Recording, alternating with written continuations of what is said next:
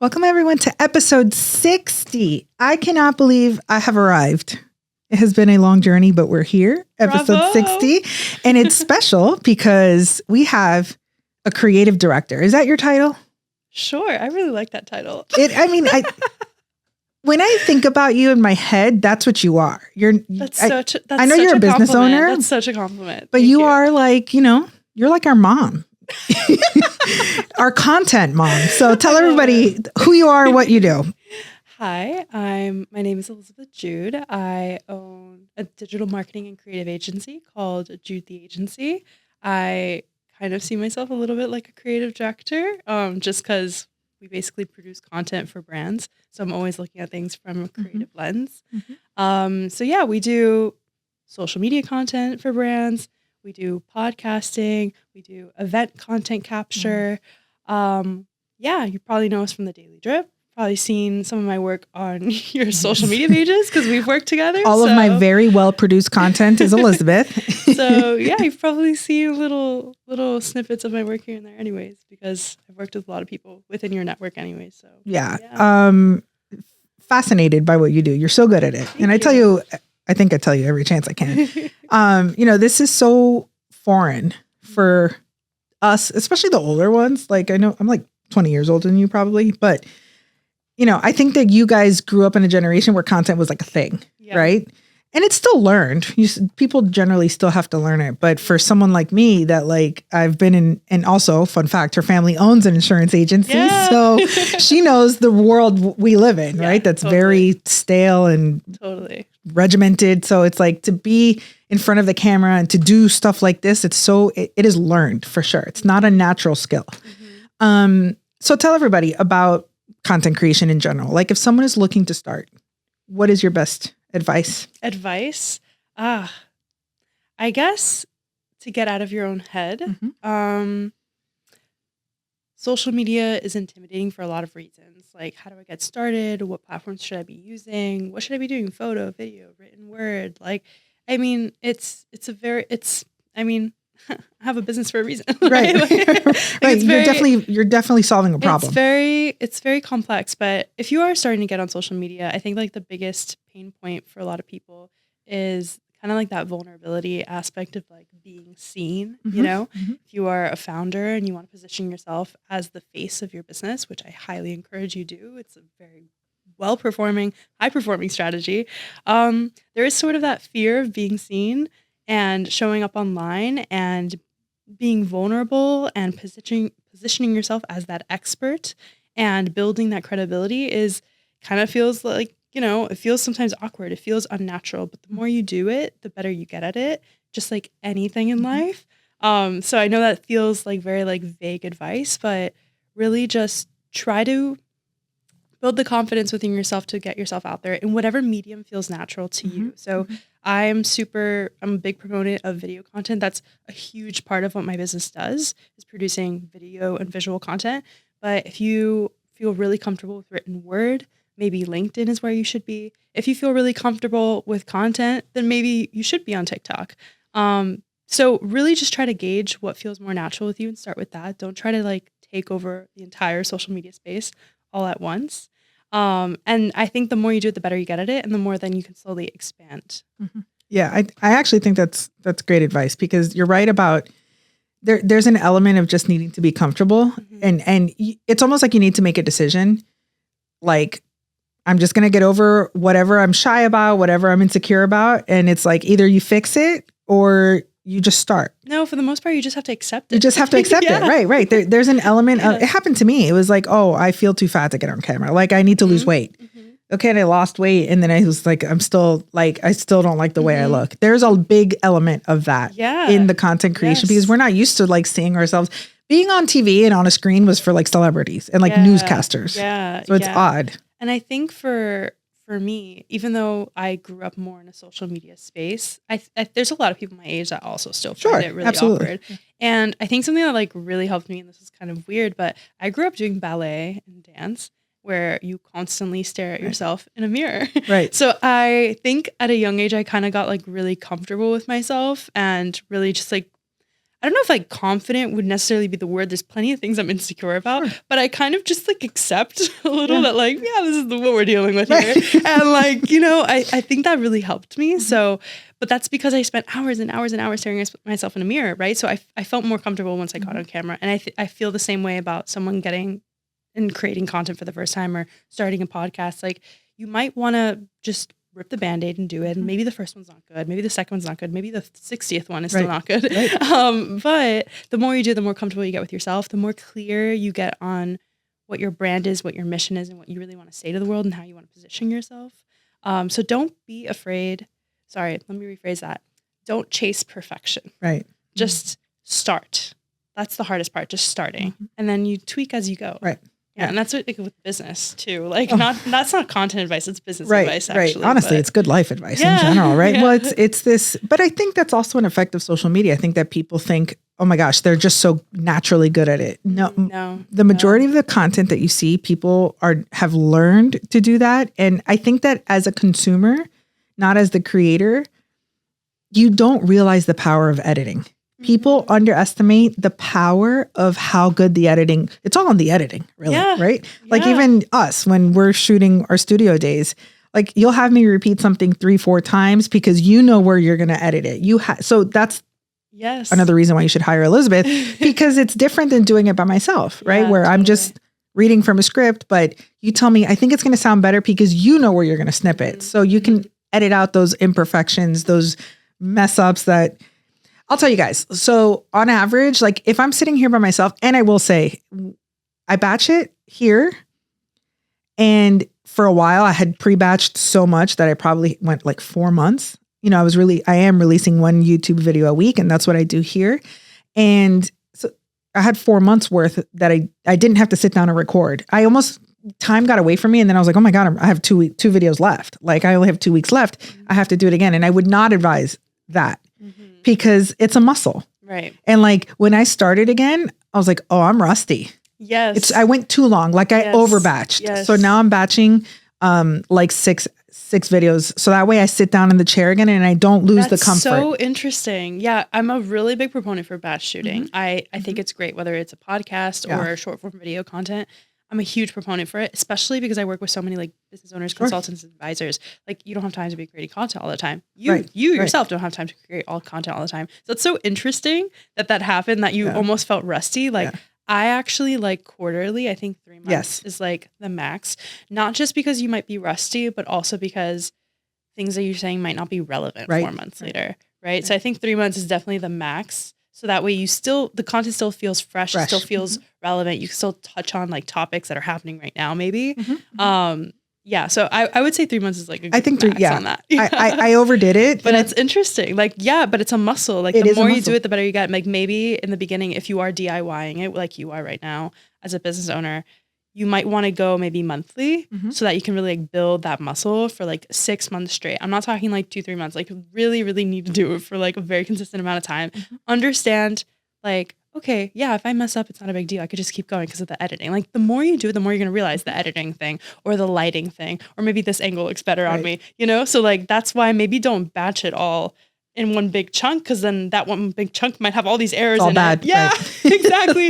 So like if you're DIYing it, try like a month at a time, because then you can like tweak and get better at it. And then once you feel really good about what your content's looking like and what you're saying, then you maybe start batching like 3 months at a time, which is ideal. It is. Also, don't forget to change your shirt, because the first time I batched, I did 6 in the same bunker, and it was like, it had the bunker logo and I looked exactly the same. The camera was in the same angle. And I was like, it's a series. It's a series, you know, and I think that's okay. Like if you're doing like a series and you want it to look a certain way, like I think that's okay. I think people get caught up in like the aesthetics of things, but you know, if it's for your personal brand, I think that's when things change, right? If it's content that's going to end up on the bunker page or your business page in this case, that could be a series, that could be kind of uniform, that could be shot on one day, like it's okay.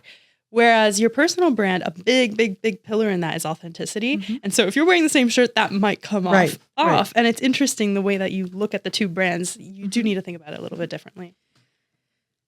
How does somebody in this space that feels oversaturated, right, of being online, right, The premise of this podcast is to help business owners that maybe don't have a community, right? Okay. Or they don't know where to turn to. They don't know what they don't know, right? Okay. So it's just to provide resources. And so obviously your expertise is in this space. So how or what is your best advice for that business owner that is just getting started or not? Maybe they've had the business for 10 years and they don't have a personal brand. A personal brand. Yes. Okay. What do you think? What is your opinion on the personal? Is it important? Is it more important than the business? Should it be separate from the business? Give it to me all. Whatever. I think founder brands are the future and they're already on the come up. Like a lot of the successful new brands that we're seeing online are very much founder led. And I think that there's a reason for that. People do not connect with a logo. They want to connect with people. And so when you have not just the founder being front facing, but even when you're starting your business, especially when you're starting your business, being able to document that process as a founder is incredible because you start to build this community of people who are rooting for you.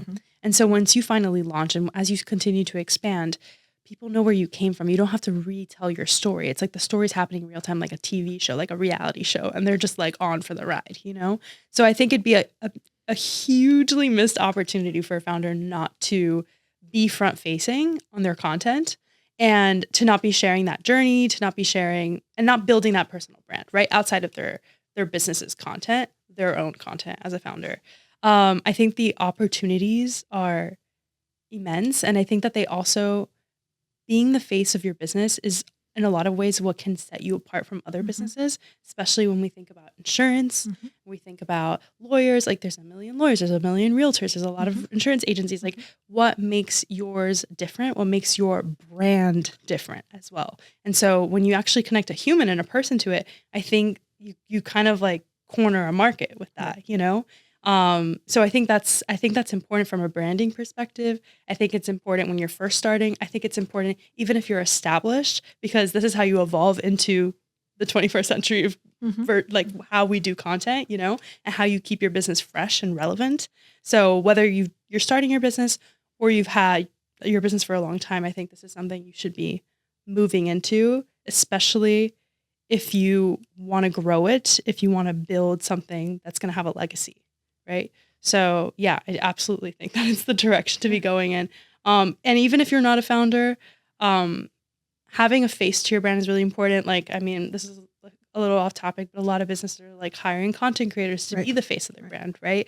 Or an employee in their office who will then evolve into the face of their brand. Or maybe they have a few characters, you know, like. Yeah, they're almost like ambassadors. Yeah. So like you can, if you don't want to be the face of your brand, there could be a sense of ambassadorship within your company. And there could be a few, let's say, quote unquote, influencers or faces to your business, right? And I think a lot of businesses are doing that well.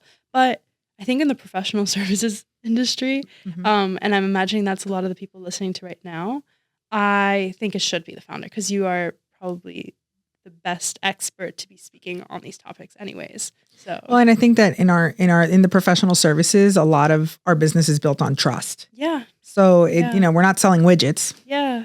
You know, it is a trust-based business. It's a relationship business. If you're the one out there marketing and going to the networking groups, you should be the one on camera. Exactly. Building and you're online. the expert actually doing it too. You know, you're not just the business owner, you're actually kind of like in the business too. And I just hit the table, sorry.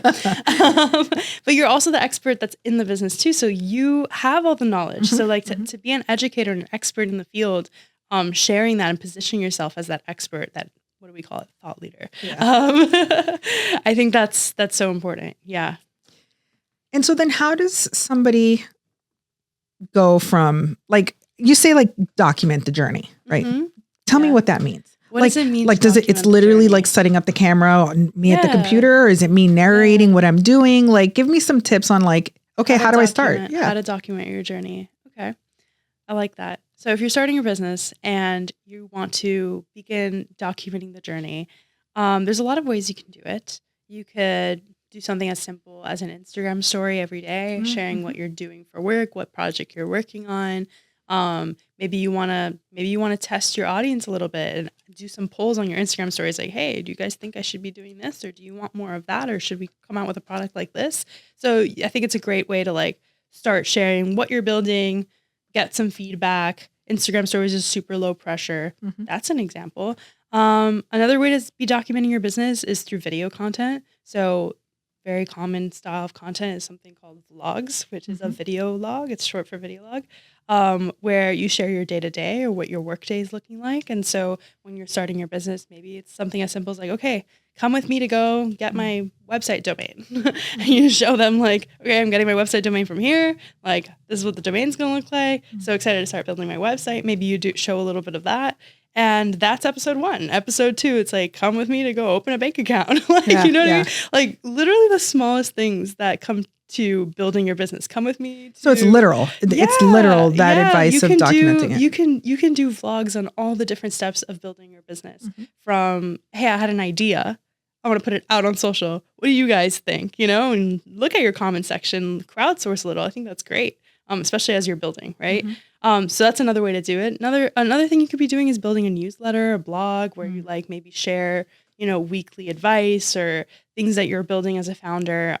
If it's a newsletter, it could be really personal. Like my newsletter is a little bit more personal. It's like the inside of a creative CEO. So I share what podcasts I'm listening to. I share content ideas directly from me. So things like that. So maybe you want to do something written word like that. So like I said before, find a medium that feels natural to you.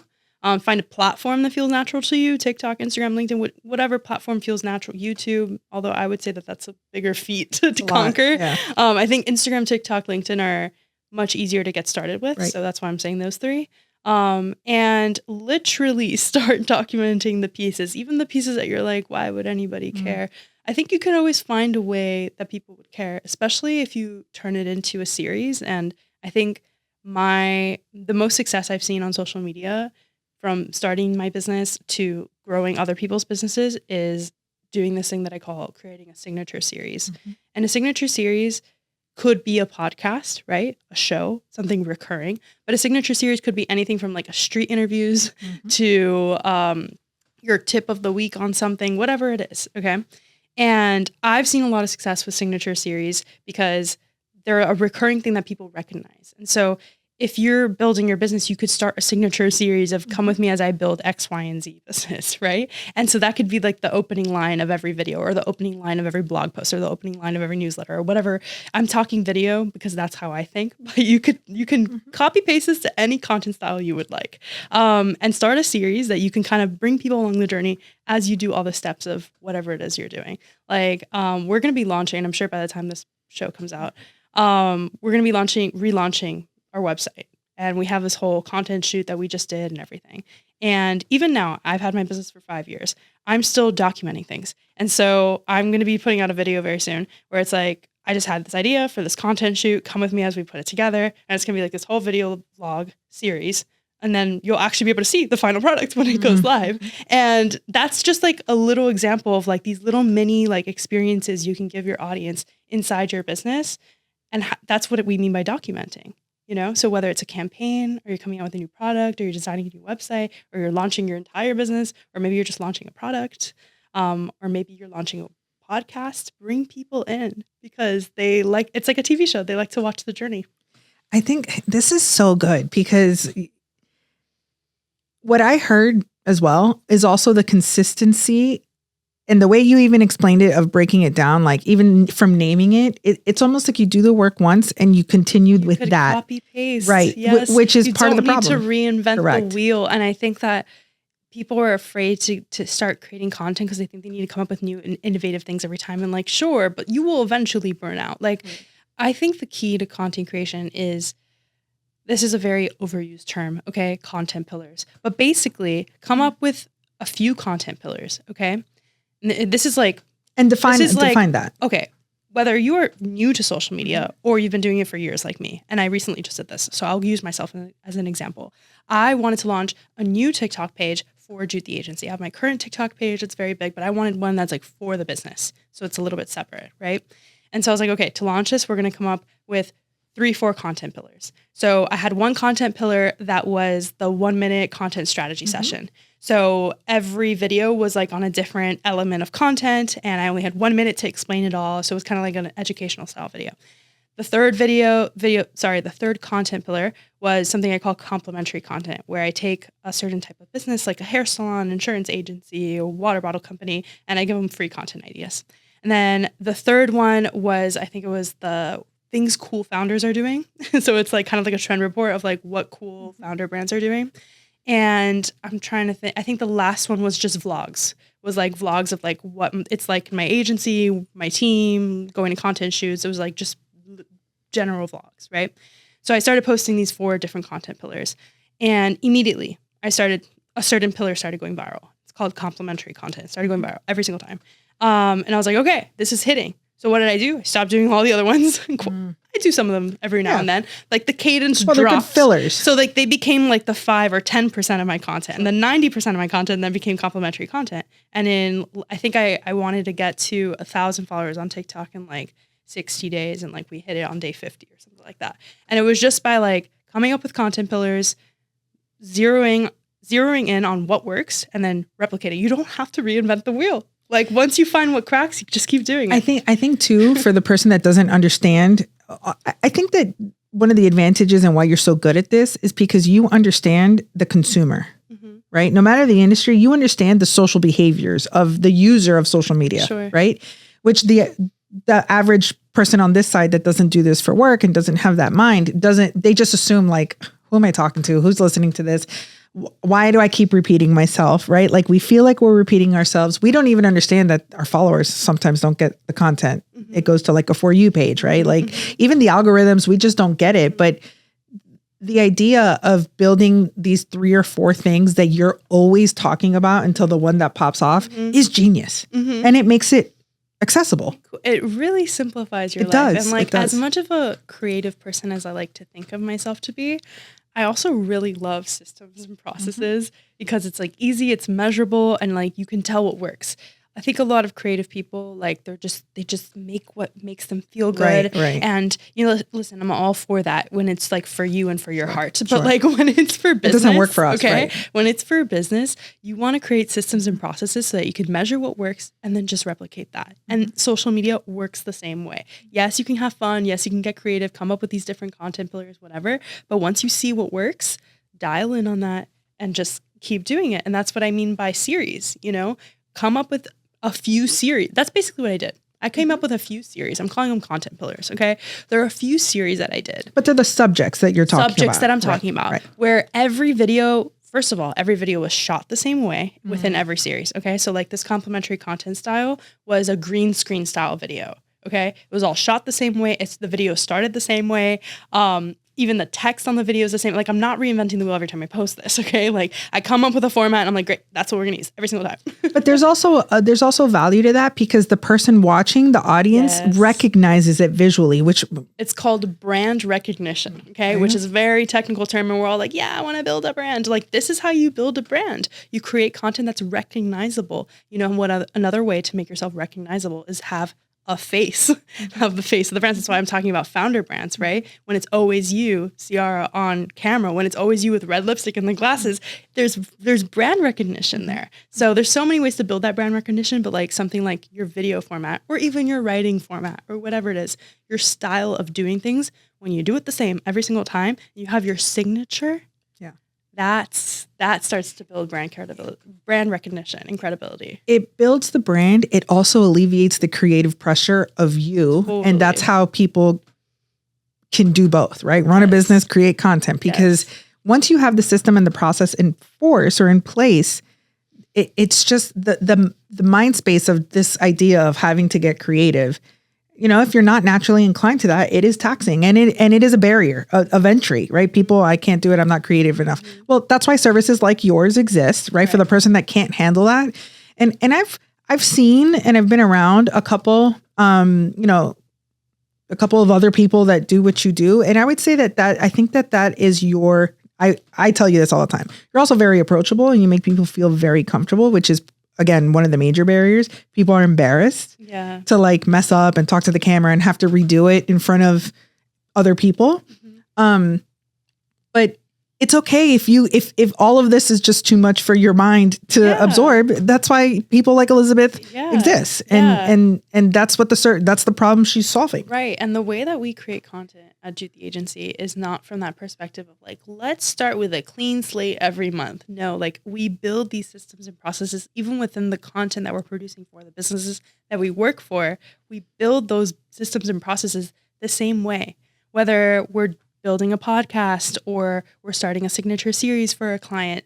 Like the way we edit, the way we stylize it, it's once we know it works, we keep doing it that same way. Like I'm not there to reinvent the wheel. I'm there to give you results, you know?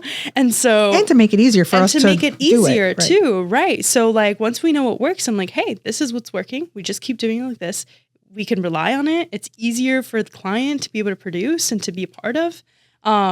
It just makes everybody's life easier and everybody happier, honestly. So I don't think it's about like complicating it and getting creative every time. I think you need to get creative in the beginning to build something. And if something's not working, like, listen, those 4 pillars could have all bombed. Could have. Right. You know, I've been doing this for a while. It's not likely, but it could have. Right. It could have bombed and we would have had to go back to the drawing board. Right. And like that's a natural part of content. You're going back to the drawing board and innovating. But once you know it works, dialing in on that, I think that's like a super, super simple. It sounds simple, but it works every time. Tell me your opinion on engagement and metrics. Like what should we be tracking? What's important? Is it impressions? Is it, because it's funny, I've gotten quite a few thousand impressions on some videos on Instagram, and I haven't gotten one new follower from them. Mm-hmm. Kind of some bots commenting on it. Like what is the metric that should matter to us? Is it followers? Is it DMs, conversions? So what are you trying to achieve with the content you're putting out? I think that's a very important question. So something that I learned from doing complimentary content was that I was getting like a crazy amount of saves, like thousands of saves. And I was like, whoa, like people are saving this. That means that they want to circle back. Correct. That's what saving means. It means I'm going to circle back to this. Okay. This is useful to me. It's very highly valuable content. So I decided to bring complimentary content into our newsletter because I saw that this was something that people were saving. They wanted to circle back to. So I'm like, okay, what if I put this in our newsletter and we write blogs on it every month? And that way people can just circle back to my blog and our website and increase our website traffic. It also makes them way more intrigued to like open our newsletter every month, right? So I kind of like started embedding that into like our newsletter strategy, which I think has been working really well because I've been seeing so many saves, right? So like what are the metrics are telling us? Like when I see comments, okay? When I saw so many comments of people saying, oh, do an esthetician, do a dentist office. People yes. Like, and like the desperation. Right. I was like, oh, amazing. Like people want this. Right. So what did I do? I took those comments and that's exactly, like, I don't come up with any of my video ideas. None of them. I was like complimentary content for a hairstylist, complimentary content for a nail. I did one recently on a home cake decorating company. And that was a very specific comment that someone asked for. And I just pressed reply to comment on TikTok. It's a really cool feature. Press reply to comment and the comment like shows up in the little video and then it disappears.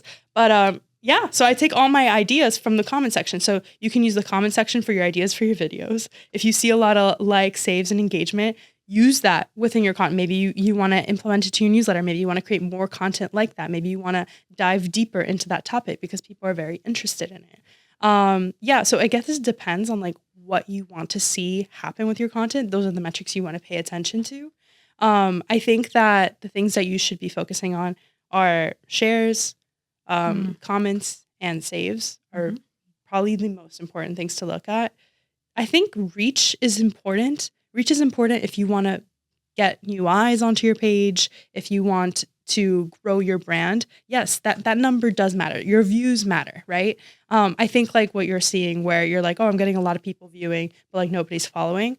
Like that's an important thing to notice because your content maybe is starting on the right tone, right? You're getting a lot of people to view it, but maybe it's not convincing anybody to take action, right? To follow or to watch the next video or to comment the certain word because I'm going to DM you something or to go to my website. Like maybe the CTA is not strong enough. Maybe the storyline's not pushing them far enough. Maybe the watch time is not long enough. And then those are the things you want to focus on, you know? So if you're seeing really high like views, but like nothing's really happening, you might want to think about how do I push them down my funnel, I guess, right?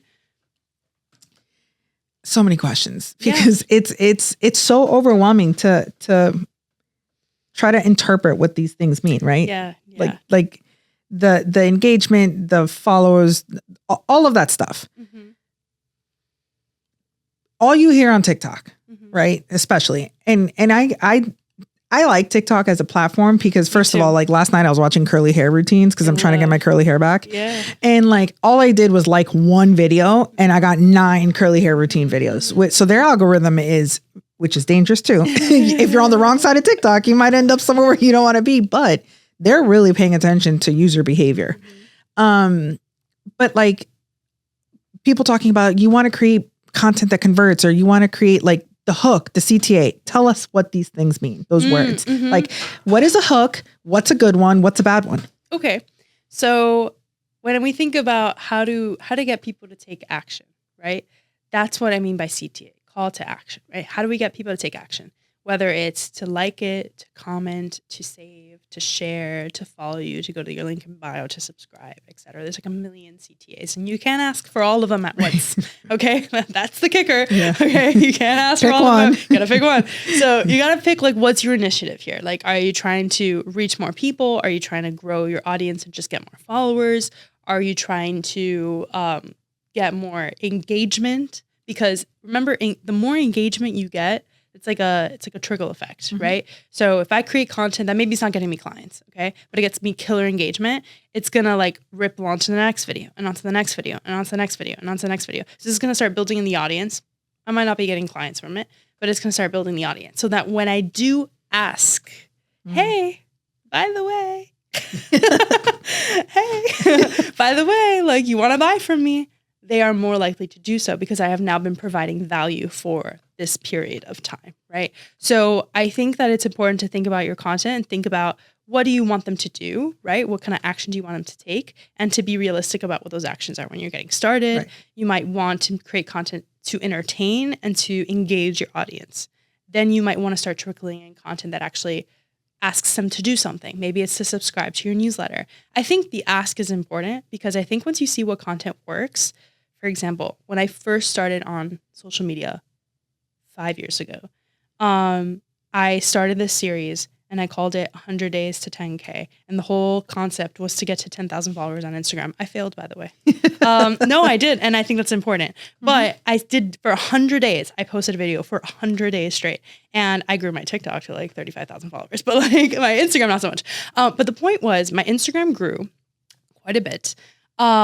My TikTok grew quite a bit, but because I noticed this like traction and these questions in the comments, I noticed a lot of people commenting about my hashtag strategy. At the time, hashtags mattered. Okay.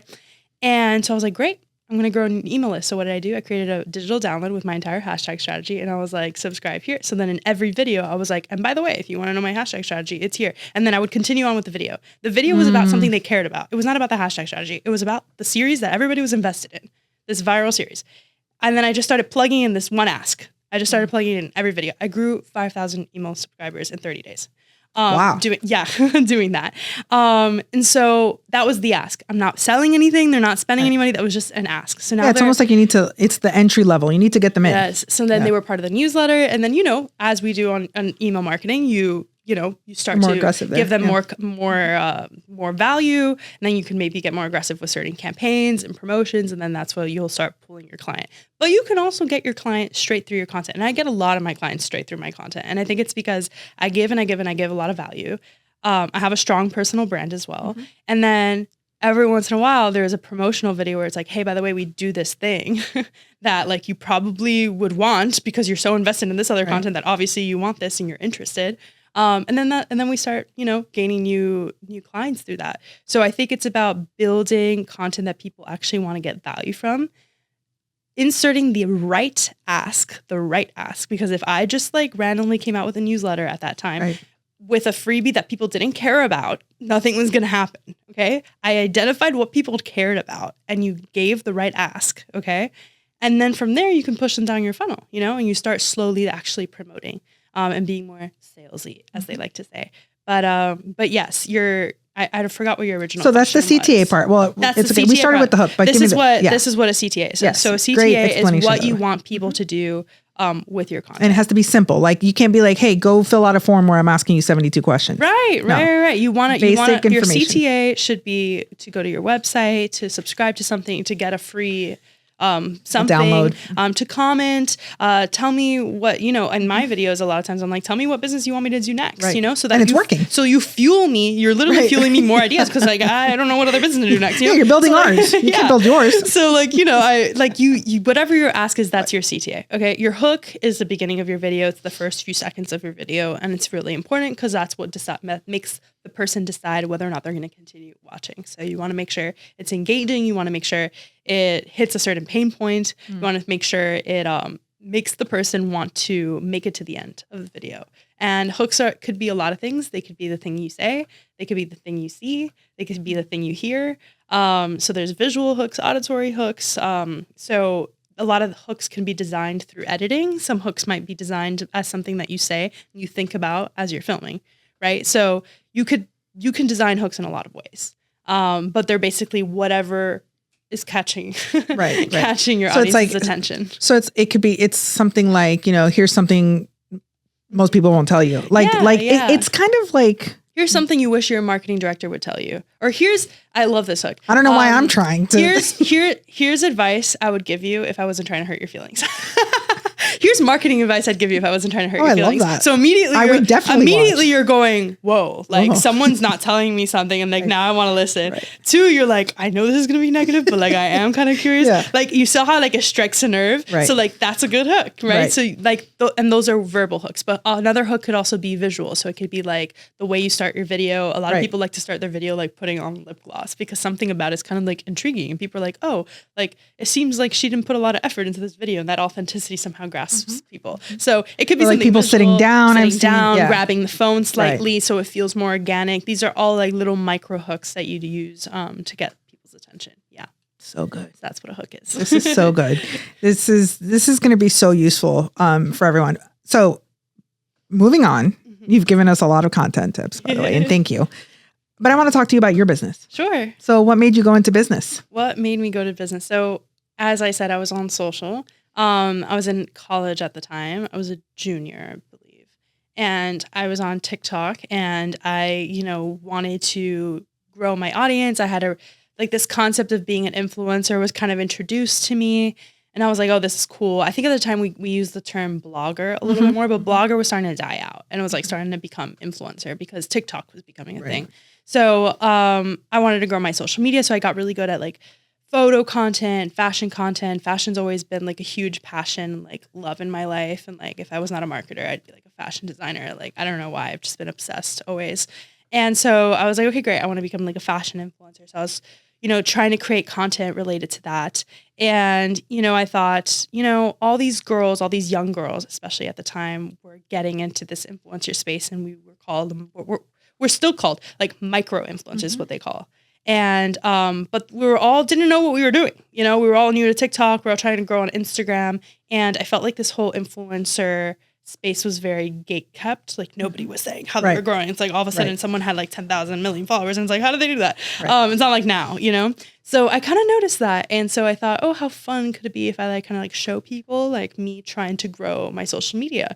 And so I used TikTok to show people how I was growing on Instagram. It's kind of funny. So I made these videos in this series called 100 Days 10K, where I would show people like, this is the photo I'm posting. Here's my caption. Here's the hashtags I'm using. This is what I do after I post to get engagement. And it was like kind of like a screen recording with like a narration to it. And it was showing that all the little SEO strategies and all the little micro strategies that I had like gone into a YouTube rabbit hole about. And I was kind of like showing people, and it was very repetitive. Like every video was almost the same thing. It was like, this is what I'm posting today. And this is what I'm posting today. And this is what I'm posting today. It was not like an original concept, but it went very, very, very viral, very viral. And so from that, a lot of people approached me and were like, wow, this is like super helpful. Like, could you run this for my business or could you be a social media manager? And that was kind of like the buzzword at the time, a social media manager. So they were like, could you be a social media manager for my business? And I was like, yeah, for sure. don't have a business, but I lied. And I would be like, yeah, I have a business for sure. I can do this. I love that. So I very much just like went to my parents and was like, how do I start a business? Like bank account? Like, what do I need to do? So, we set up the whole thing, I think I built a website. I don't even remember if I built a website at the time, but all I know I did is that I opened a bank account and I set it up, like made it legit, right? Corporation and all that. And I was like, okay, cool. Now I have a business. And so I was like taking all these leads, taking all these meetings, like charging like pennies. Right. Because I don't know what to charge. And, I was like learning as I was going. I was, finding all these pain points or whatever. And I was a college student. And then I started getting approached by like bigger businesses who like wanted me to like produce the content for them. And I started creating street interviews for this like this tech app, and that started to do really, really well. And then I got more attention, and I got the attention of the Daily Drip, and then I started working with the Daily Drip, and that kind of evolved. So it went from being a social media manager to being more of a content production agency, because I found, especially at the time, I feel like social media was going through this transition where people were hiring social media managers, but really they didn't need social media managers. They needed like content production agencies, because someone would hire you and charge you like whatever they charge you, and you were expected to make the photos and the videos and the graphics and post them. And it's like, whoa, but like, where are these photos even coming from? We didn't have AI at the time. Like, like, are you going to give me the photos? Yeah. Like, where are we filming? Like, so a lot of business owners didn't realize like the content is actually way more important than the posting part. So I shifted my business to focus way more on the content, being a content first approach to everything that we do. So social media management is like the add-on, right? The main, what we sell is content. Okay. So I started, building the business. I graduated, had enough clients to do it full time. So I never took a full-time job. This is all I've ever known.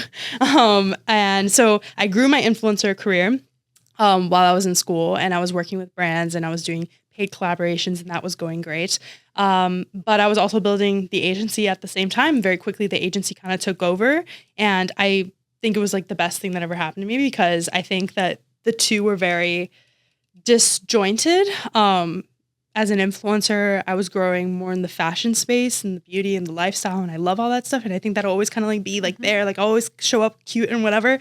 But it was very different than the kind of content I felt like I needed to be making as a business leader and as like the owner of this agency, right? Like marketing content. So it started to feel really disconnected. And so since the agency kind of took off, I was like, okay, we're going to dial in more on this. So I feel like my content's gone through like so many different like eras. And I feel like now my personal content is very much about being this Gen Z business owner, this young business owner. Yeah. And then, we're also creating content on Jude The Agency about marketing and all the things. And we're working with a lot of really great founder brands, female-owned businesses, which I'm really proud of. And I don't know. It's just kind of, I love that. It's flourished. So I don't really know what to say about it. You blinked and now you're here. And now I'm here. I don't even know how to explain it. Yeah. Like just one client, it was a snowball effect, I think. I would describe it as a snowball effect. I worked really hard. I learned the hard way with everything, literally everything, because nobody in my life knew content. Right. I was raised by insurance people. Trust me. I know what they're like. I figured it all out, but I think it came naturally to me. So, what has been the hardest part of these 5 years? What has been the hardest part of these 5 years? Nobody tells you how lonely it is to like have a business. And to this day, I don't have an office or any like HQ, right? So we do everything virtual. My entire team is like all over the place. We do everything remotely, which is great. Like there's a certain liberty to that. But when I first started, I did not have a team, and I did not have a team for like a few years. And so it was just me trying to do it all, trying to create the content, edit the content, put out the content, be client facing, promote myself, build my personal brand, doing it all. And that's not a very relatable thing for a 21, 22-year-old. So it was a really lonely experience, like socially, because my friends were in grad school, law school, or getting their first full-time job that they're like, what are you doing, Elizabeth? Right. Like, what are these cute outfit videos you're posting? Right. Like, what's this agency's name again? Like Isn't that funny? They didn't really get it. And I have empathy for that. I totally understand. Like that's not like shade to anybody. Like I get it. It's not normal. I think that a portion of it comes out of like well, don't waste your time. This is valuable time, because I think the majority of the people mean good by expressing that, like, hey, these are good. These are like prime years for you to do stuff, and they don't realize that maybe on a bad enough day, man, they're really, if you're having a bad enough day, you start to second guess yourself. Sometimes you're just listen, I'm 6 years in and I'm like, man, should I get a job? Sometimes. And I feel the pressure to be successful and all the things that a business owner feels. And then on top of that, it's like, I being young and like being surrounded by, for the most part, like all my clients and everybody I work with is older than me and more experienced than me. And here I am telling them what I think they should be doing. And it's like, who am I, So yeah, it's been an interesting experience learning how to navigate that. It's been an interesting experience kind of like building the confidence of like, yeah, this is what I do. And I think the better I get at it and the more it grows, now I get people texting me like, oh, like, how did you like build your business so young? And I'm like, oh, because I was doing the thing that you thought was crazy so young. That's why, like, I was posting the outfit videos and making TikToks during the pandemic when you thought like, what are you doing, Elizabeth? Like, that's how I got here. Like, I got here by like putting on some blinders. Yeah. But no regrets. I mean, I love entrepreneurship. It's been like such a thrill, and it's hard sometimes, but I wouldn't take. What's your favorite part about it? Freedom. I think that this is the ultimate freedom you can give yourself is being a business owner. Yes, it's a 24/7 job, but you decide that, right? Nobody's telling you have to work. You decide that you do it because you want to. And I think there's a certain like freedom in that I think is like incredible, whether you want to be a mother one day, whether you want to travel in your 20s, whether you want to, become a speaker and build a personal brand and like be able to step away from your business. Like entrepreneurship is like such a core to like being able to set yourself free in so many ways. Like I think now in my early 20s, being able to like travel and do the things I want to do. I think at one point in my life, I'll get married, I want kids, and like I want to be there for them, and I want to do and building a business that can function while I'm accomplishing that other thing in my life is like that's what an incredible, your timeline is just flopped, right? Because a lot of people your age do the career first and do all that stuff to get set up to have the kids and have all that. Yeah, But I think it becomes hard too. Like, I mean, it's hard either way, but yeah, everything's hard. Everything's hard, right? Yeah. There's not an easy route to this life. When I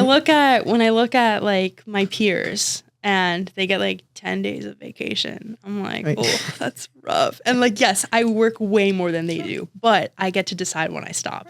And there's like, I think that's so incredible and empowering. And like when one day as my life evolves and I have kids one day or whatever it is I decide to do, like I maybe one day would want to have a podcast and maybe I don't want to be so in the weeds of my business and I want to like build something else, the fact that I could do that, that there's you could build another business. I could build another business. Right.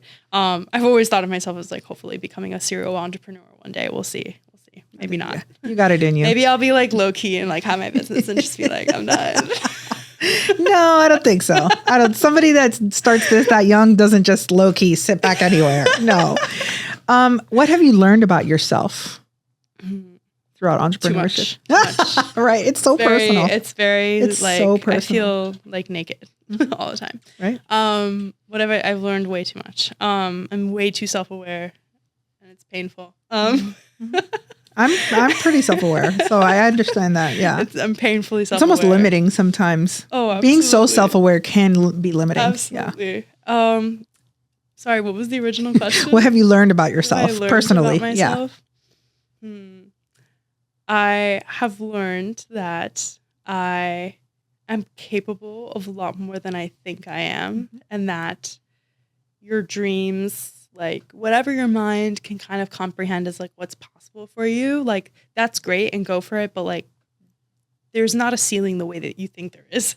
And like, once you get there, you're going to realize like, oh, wait, like there's more. There's more. Right. There's more. With every milestone, you're just opening the door. There's more. I this past year, I felt like this sense of like arrival because I hit like certain major milestones like in my life and in my finances and in my career that I was like, whoa, like this is like the thing I had been like wanting. And I was like, okay, like now what? Like, this it lasted 5 minutes. You're like, okay, cool. I'm like, so immediately now I'm like, okay, like now I'm like thinking way bigger. So I don't know. I think that what have I learned about myself? I've learned that I can dream bigger and think bigger and that's very attainable. Yeah, I feel like that's a big one. But I've also learned like a lot of like small things about myself, like confidence and like I think a lot of people might look at like the rooms that I am in and say like, ooh, that's intimidating or like, and I don't find it intimidating. And so I guess I've discovered that like I am actually a lot more confident than I think I am. And in my head, I'm like always nitpicking at everything. And I'm like, think I'm an insecure person, like actually not at all. Because somehow I managed to like work with the people I do and be in the rooms that I'm in. And I'm actually quite comfy. I'm actually pretty good. I'm okay. That. I'm actually good. Like, I don't even know. Like, people are like, oh, like you work with them? I'm like, yeah. Why not? Why not? I don't know. We're just girls. I'm just a girl. Yeah. That's so funny. That's amazing. What about your team? Tell me what. Oh my gosh. I have so much feedback about hiring, managing people. I'm literally just a girl. Like, no, truly. So that has been the hardest thing. That has been one of the hardest things for a lot of reasons. I was never in corporate America, so I have no idea what it's like to be hired. Same. I have no idea what it's like to be fired. I haven't gone on a job interview since I was in high school when I applied for the limited to work at the mall. So in my... I love that. I know what store that is. Yes. It's like the sister of Express. It's closed. It's closed now, but.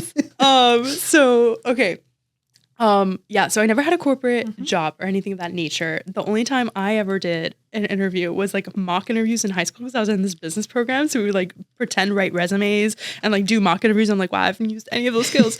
Incredible. But I help people out. Like people come to me, they're like, you look at my resume. I'm like, I can do this. Like I did this in high school. I never did any of that. So I have no idea what I'm doing. I have no idea what I'm doing when it comes to hire. To this day, I feel like I don't know what I'm doing. I think I've been a little bit lucky. I've also been a lot not lucky. When I first started the business and it was all by myself, I got to a certain level where I was like, okay, I could hire, but like I can't go too crazy. So let's start with interns. Let's start with like, something very low pressure. And I was like, great. So I hired like 5 interns. That was idiotic. That was so stupid. I hired 5 interns. I couldn't give any of them like a good amount of attention and they like would drop as flies and then I would like fill up the space. And then I was like, okay, maybe I don't need 5 interns. Maybe I just need 3 interns. And then I gave them kind of like all like a speciality. Right.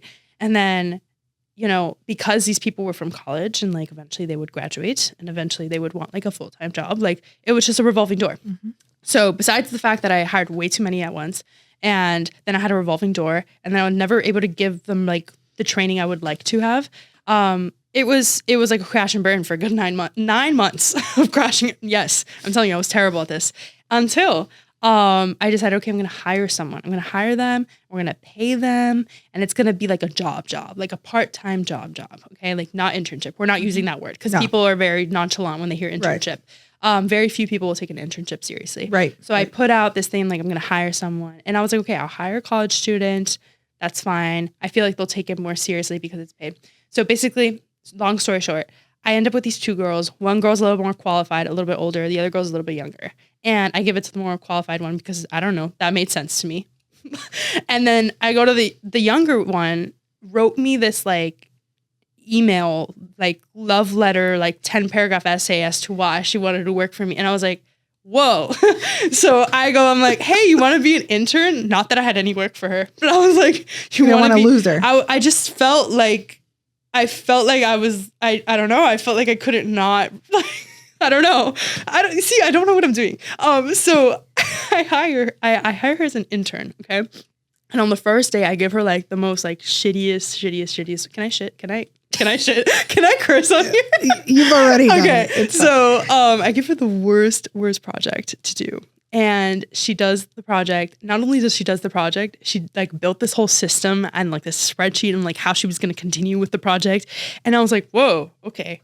All right. So naturally, this person who I had hired, the more qualified one, a few months later gets a real job. She's like, bye. And I'm like, okay, good luck.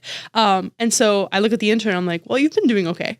So I'm like, why don't you keep working with me? Well, anyways, to this day, this person still works. She's our social media manager, Sophia, and she's been amazing. She's like my right hand. That's amazing. So moral of the story, okay, I say this all to say, is that I sucked at hiring, but the biggest thing I've learned, and I think I still suck at hiring, but the biggest thing I've learned is that you want to hire people who have that flame and that passion inside and who genuinely want to work for you and who find it exciting to work for you. Not people who just want a job, but people who are like invested in your mission and what you do. Because I think that that's why Sophia was so great. And she had no experience. She just kind of like, she was a self-learner and she wanted to like show me what we can do. And I really respected that. And I feel like I've taught her a lot, but she's also taught me a lot. And it's been like this great relationship. And so, yeah. And so as I continue to hire and I've continued to grow the agency, like our editor has been working with us for years now and she's been amazing. And I feel like it's about a personality click and a mission click, you know? And that's how you find people who will really like stick with you. Even if you're just starting out and you're young and you're like hiring college students and you don't have a lot of money. Okay. Like that's basically the situation I was in. I think if you find people who really, really genuinely want to work with you and like are bought into the mission, you're going to have a much better experience. So it's not always about like the person with the most experience, but maybe the person with the most passion. Yeah. In our industry, obviously, you know very well our industry, nobody wants to come work here. So one of the things that we always focus on is hiring for personality because insurance can be taught, you know, mortgages can be taught. The professional services generally outside of like being an attorney can be just basically taught, right? Yes. To someone that is willing to learn, invested in the mission, good to your clients, good customer service, you know, like those skills.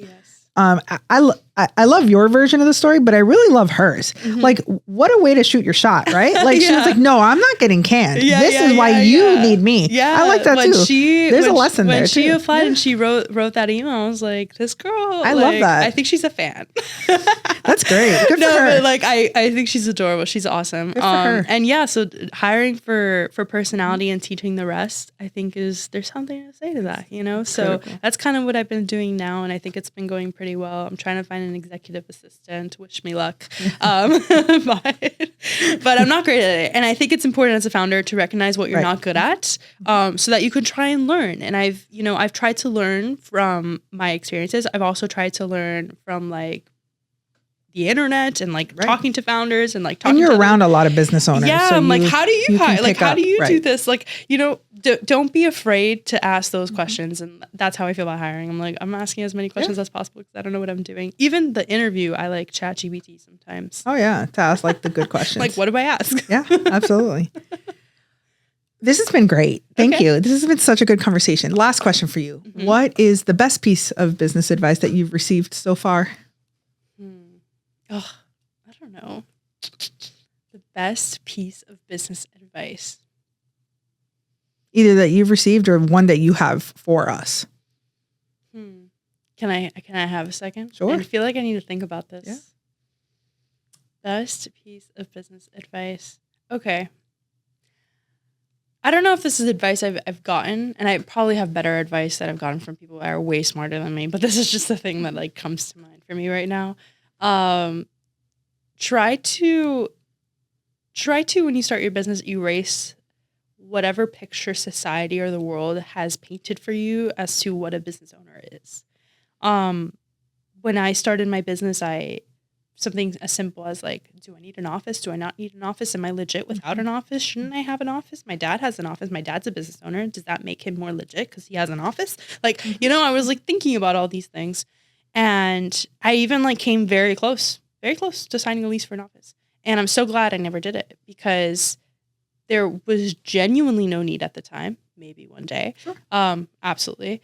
But I think I had caught in my head this idea that like a business owner should look this certain way and should operate this certain way. And I think that nowadays with technology and all the amazing opportunities that we have, try to erase that a little bit from your head and design your business, because if you're just copying pasting what you see, then it's not really yours. You know, design systems and processes and what entrepreneurship looks like for you, and try not to play that comparison game, because that comparison game, you'll lose money, you'll lose sleep, okay, and it's not going to get you where you really want to go.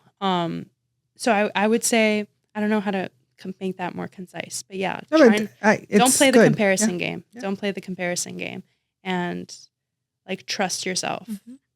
And you are literally the creative director of your business. So act like I love that. I mean, what a better way to end. That's great. I'm going to leave your information in the show notes too. And I know that you have a download right now that you're giving, right? Tell us about it and I'll put it in the show notes. It's actually our what is it called? The Jude The Agency content brief template. It is for sale at our shop on Jude The Agency. It's one of our first product drops. It's a digital product, so it's actually a Canva template. So if you're a Canva user, you're gonna love it. And it is a template, the exact template we use at Jude The Agency to plan all of our creative campaigns and content shoots. So if you are DIYing your content for your business, if you're a marketer, if you're a content creator, this is the template for you, because it has every single thing that we use to plan, and all the little things that you might not be thinking about right now that we think about because of all the experience and the pitfalls we've had are in there. So it kind of guides you, shows you all the things that should be in there so that you have a fully planned content shoot and you're not figuring it out as you go and looking at your notes app. I love that. We're going to put it in the show notes too for anyone that wants to go on ahead and get it. So thank you so much for your time. Thank you. This was great. And thank you for helping me grow my business. I appreciate you. I am honored. And I love working with you. You're one of my faves. So thank you. Thank you.